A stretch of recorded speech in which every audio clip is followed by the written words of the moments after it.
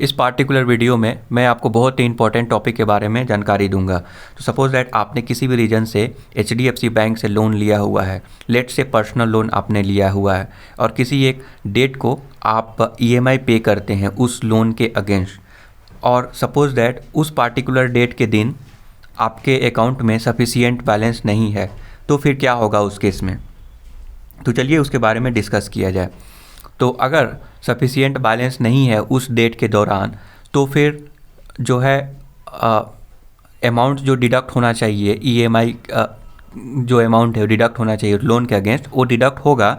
But अगर 0 rupees से कम अगर बैलेंस जाएगा या फिर माइनस में चला जाएगा, तो उनका कुछ ऐसा कंडीशन है कि वो फिर से रिवर्ट कर देते हैं। जो पैसा आपका डेबिट हुआ है वो फिर से क्रेडिट कर दिया जाएगा और आपको एक एडिशनल चार्ज लगेगा, जो कि तुरंत नहीं लगेगा, कुछ दिनों के बाद लगेगा। उसको बोलते हैं बाउंस चार्ज। उस लोन के अगेंस्ट बाउंस चार्ज लगेगा 600 to 700, वो काफ़ी ज़्यादा अच्छा खासा अमाउंट लगता है। एक बाउंस चार्ज आपको एडिशनल लगेगा, ठीक है, उस लोन के अगेंस्ट। तुरंत कटेगा नहीं, कुछ दिन के बाद कटेगा। ये तो हो गया। अब आपके माइंड में एक क्वेश्चन आ रहा होगा कि मान लीजिए कि उस डेट के दौरान मेरा बैलेंस तो था, बट 5 मिनट के लिए बैलेंस नहीं था। सपोज दैट 5 मिनट के लिए हमारा बैलेंस उस समय, कुछ समय के लिए जो सफिशिएंट बैलेंस होना चाहिए लोन के अगेंस्ट, EMI का जो भी पेमेंट है उतना अमाउंट नहीं है, ओनली 5 to 10 मिनट। देन उस केस में क्या होगा, तो मैं आपको बताऊं कि इन लोगों का कंडीशन ऐसा है ना कि जब आपका पैसा जो है कम रहेगा किसी भी मोमेंट में, उसी समय इन लोग का हिट करेगा जो भी शेड्यूलर है, और उसी समय आपका डिडक्ट अमाउंट जो है डिडक्ट करने का प्रयास करेगा उसी समय।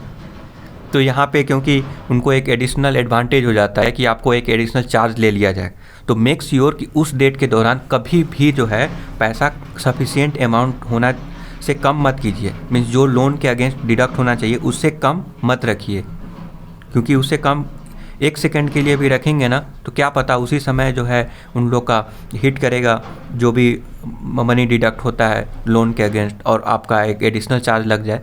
तो ऐसा होता है, इसीलिए मैं बता रहा हूँ। ये मेरा खुद का एक्सपीरियंस है, उसके अकॉर्डिंग मैं आपको बता रहा हूँ। तो वहाँ पे आपको एक एडिशनल चार्ज लग जाएगा और अच्छा खासा चार्ज वहाँ पे लग जाता है, ठीक है। अब ये दोनों क्वेश्चन का आंसर समझ लिए। अब तीसरा कंडीशन के बारे में बात करते हैं।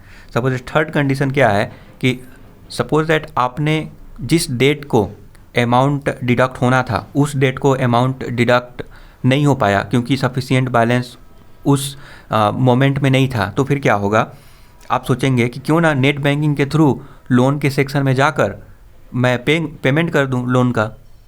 तो देखिए उस कंडीशन में क्या होगा कि अगर आप लोन का पेमेंट नेट बैंकिंग के थ्रू करेंगे तो आप कर ही नहीं पाएंगे। इनका सिस्टम बहुत ही वीक है, ज़्यादा एडवांस मुझे नहीं लगता है। एप्लीकेशन भी ज़्यादा एडवांस नहीं है और वेबसाइट में भी बहुत सारे बग्स, बहुत सारे इश्यूज़ आते रहते हैं। मैं आपको बताऊं, कुछ समय पहले RBI ने भी बैन लगा दिया था HDFC पर नया क्रेडिट कार्ड इशू के रिलेटेड, क्योंकि जो लास्ट डे होता है ना उसी दौरान जो है जो क्रेडिट कार्ड का जो पेमेंट का लास्ट डे होता है, लास्ट के कुछ दिनों में ही इन लोग का इशूज़ आना स्टार्ट हो गया, टेक्निकल इशू, जिसके वजह से बहुत लोगों का बहुत सारे चार्जेस लग गए एडिशनल।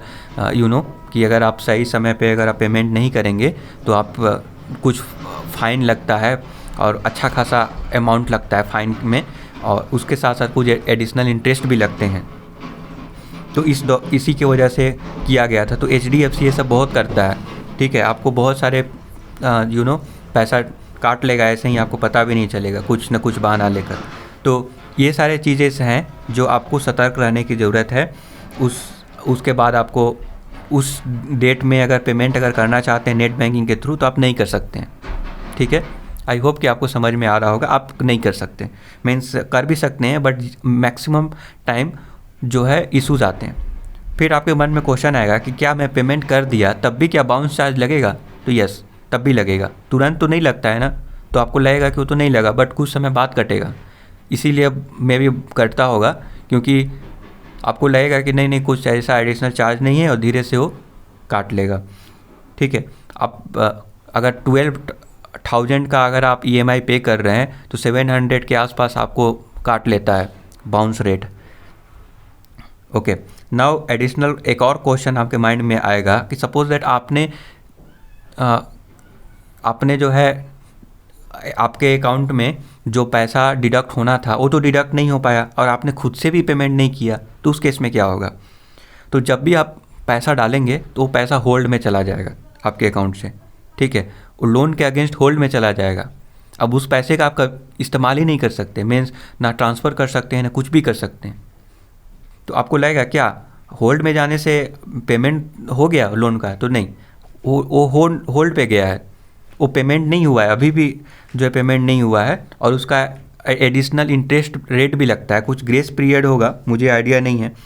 और इंटरनेट पे इसका प्रॉपर जानकारी नहीं दिया गया है फ़िलहाल HDFC का, ताकि आपको कन्फ्यूजन बना रहे। तो इसीलिए जो है मैं रिकमेंड करूँगा कि बैंक में जाकर आप संपर्क करके आप पता कर सकते हैं कि क्या क्या चार्जेस हैं, कितने कितने चार्ज कब लगेंगे। ये कोई फेयर चार्ज, बहुत सारे ना हिडन चार्जेस होते हैं जो आपको पता भी नहीं होता है और कट जाता है, तब आपको एहसास होता है। तो ये सारे चीज़ें हैं। तो पहले कहीं भी प्रॉपर जानकारी यहाँ पे इंटरनेट पे नहीं है, क्योंकि मैंने भी बहुत सारे R&D किया, उसके अकॉर्डिंग मैं बता रहा हूँ। तो ऑफ कोर्स आपके केस में भी ऐसा हो सकता है, राइट। तो फिर क्या होगा उस केस में? जब भी आप अमाउंट डालेंगे होल्ड में चला जाएगा, और होल्ड में जाने से आपका लोन का पेमेंट नहीं हो रहा है, अभी भी नहीं हो रहा है, होल्ड में है। तो आपको लगेगा क्यों ना मैं नेट बैंकिंग के थ्रू अब मैं कर दूं, तो होल्ड अमाउंट का क्या होगा?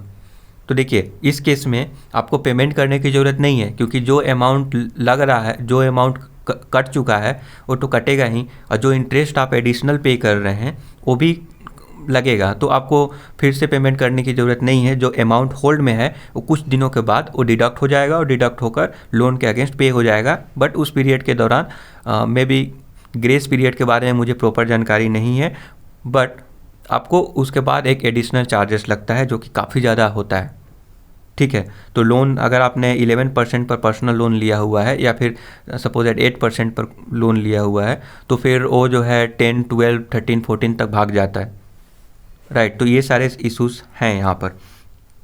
तो मैं आशा करता हूँ कि ये जानकारी आपको पसंद आया। अगर फिर भी किसी भी तरह का डाउट है इसके रिलेटेड, तो आप मुझसे कांटेक्ट कर सकते हैं। Thank you for watching.